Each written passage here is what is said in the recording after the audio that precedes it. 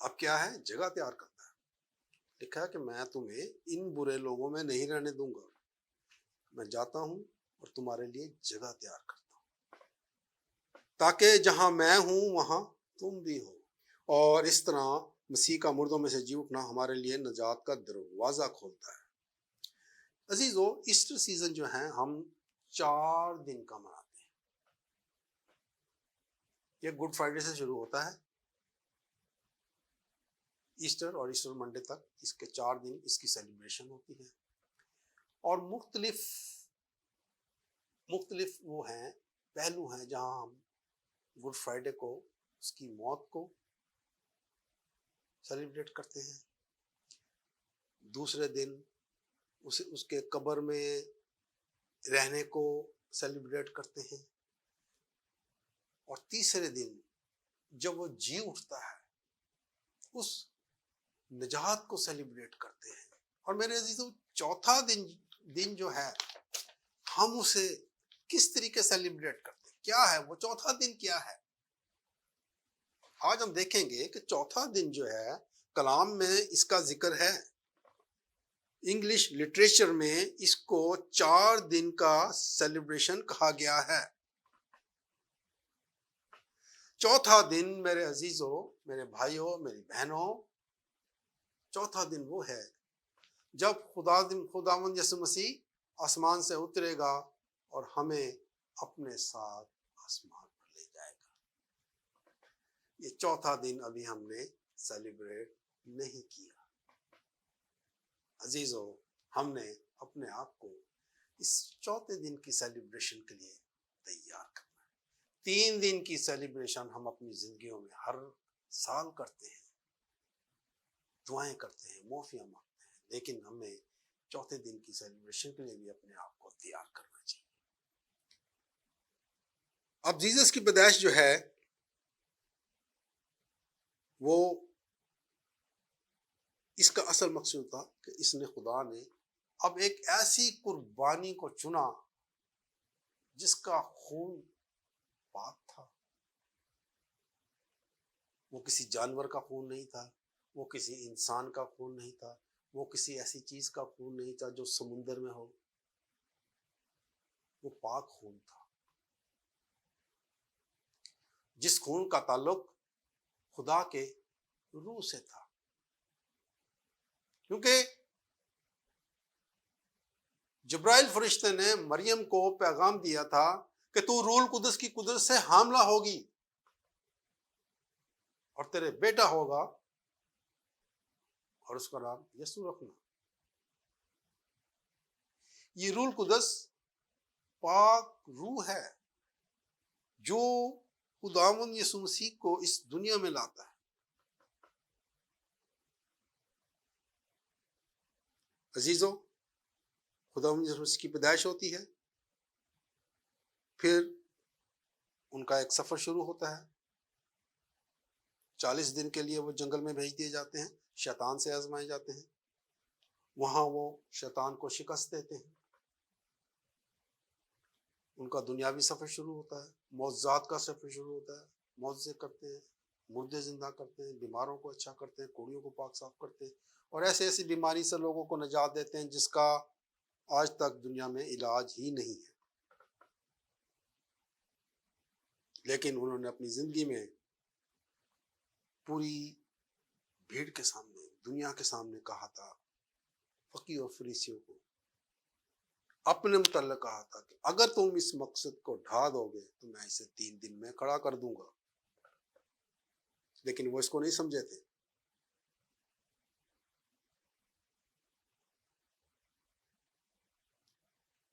پہلا کلمہ یہی بیان کرتا ہے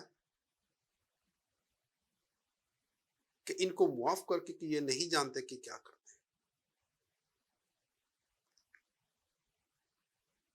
اور عزیزو، پھر خداوند یسوع مسیح کے سفر میں کیا ہوتا ہے کہ ایک شاگرد خداوند کو 30 سکوں میں بیچ دیتا ہے. یہاں سے خداوند یسوع مسیح کا صلیبی سفر شروع ہے. پھر ہم ہر روز پڑھتے بھی ہیں، دیکھتے بھی ہیں کہ کس قسم کا صلیبی سفر تھا. اذیت ناک سفر تھا، مشکلوں کا سفر تھا، لہو لہان کوڑے مارے گئے، ذلیل کیا گیا، بہت ساری تفصیل موجود ہے۔ پھر کیا ہے کہ اینڈ میں کیا ہوتا ہے کہ خداوند یسوع مسیح اپنی روح خدا کو سونپ دیتے ہیں۔ عزیزو، اب تیسرا دن شروع ہوتا ہے۔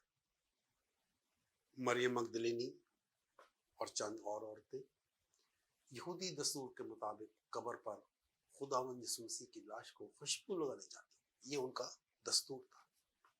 تیسرے دن وہاں لکھا ہے کہ جب وہ قبر پہ گئی تو قبر پہ سے پتھر ہٹا ہوا تھا، اور اندر گئی تو قبر خالی تھی۔ ہاللیلویہ۔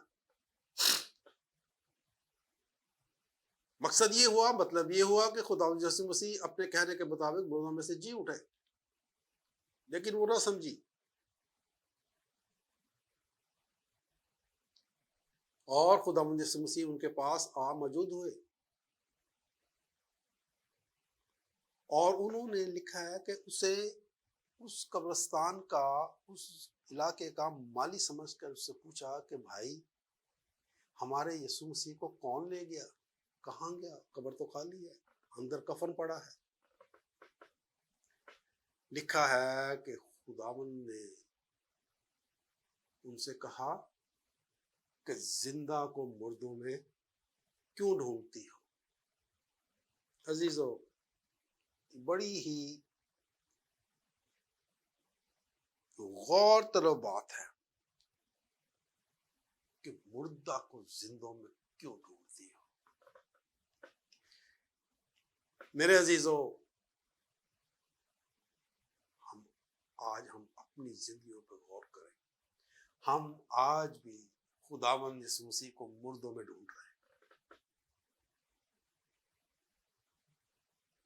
خداوند یسوع نے کہا کہ میں غلیل کو جاتا ہوں، اور تمام شاگردوں سے کہو کہ مجھ سے غلیل میں ملیں۔ عزیزو، غلیل میں کیوں ملیں؟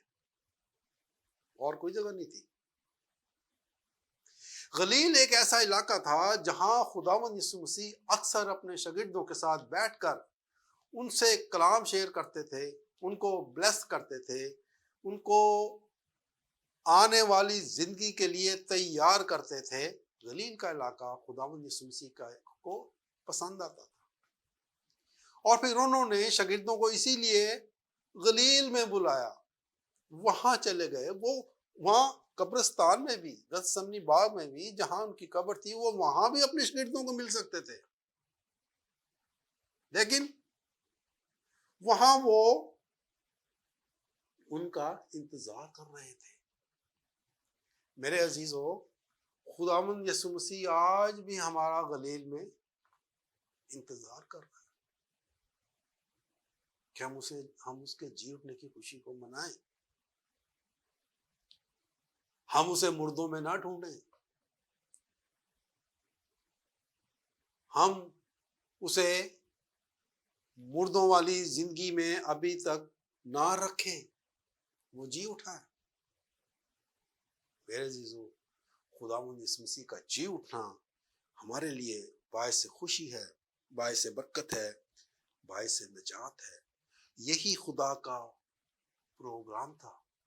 جس وقت خداوند یسوع مسیح نے جان دی تو ہیکل کا پردہ بیچ میں سے پھٹ گیا۔ کیوں؟ کیونکہ ہیکل میں صرف کاہن جا کر خدا سے باتیں کرتا تھا، خدا سے لوگوں کی معافی کی درخواست کرتا تھا، خون چھڑکتا تھا، اور کسی تیسرے دوسرے شخص کو خیمہ اجتماع میں پاک ترین مقام میں جانے کی اجازت نہیں تھی۔ خداوند یسوع مسیح نے اس پاک ترین مقام کو توڑ دیا، دو حصے کر کے اس میں جگہ بنا دی۔ جو دیوار آدم اور حوا کے درمیان میں بنی تھی، وہ آج ہیکل کے ذریعے ٹوٹ کر بیچ میں رستہ بن گیا۔ جو سمندر اسرائیل کے راستے میں حائل ہوا، اس میں خشکی بنا دی۔ اسرائیل کو نکال دیا. میرے عزیزو، آج خداوند ہمارے لیے بڑے بڑے کام کرتا ہے، ہمیں اپنی نجات کے لیے بلاتا ہے. اور اس طرح ہم ایسٹر کا دن ہمارے لیے اور پوری دنیا کے لیے، صرف ہمارے لیے نہیں، پوری دنیا کے لیے، تاکہ جو کوئی اس پر ایمان لائے ہلاک نہ ہو بلکہ ہمیشہ کی زندگی پائے. آج ہمیں اس پر ایمان لانا ہے. اگر ہم نے ہمیشہ کی زندگی پانی ہے تو ہمیں آج اپنے زندگیوں سے، اپنی گناہی زندگیوں سے نکل کر غلیل کی طرف جانا ہے، جہاں یسوع ہمارا انتظار کر رہا ہے. اور یہ انتظار صرف تھوڑی دیر کا ہے. اگر دروازہ بند ہو گیا تو پھر اندر سے آواز آئے گی کہ میں تمہیں نہیں جانتا. آپ سب کو یہ کلام آپ کی زندگیوں میں پھلے پھولے اور آپ سب کو برکت دے. آپ سب کو ایسٹر مبارک.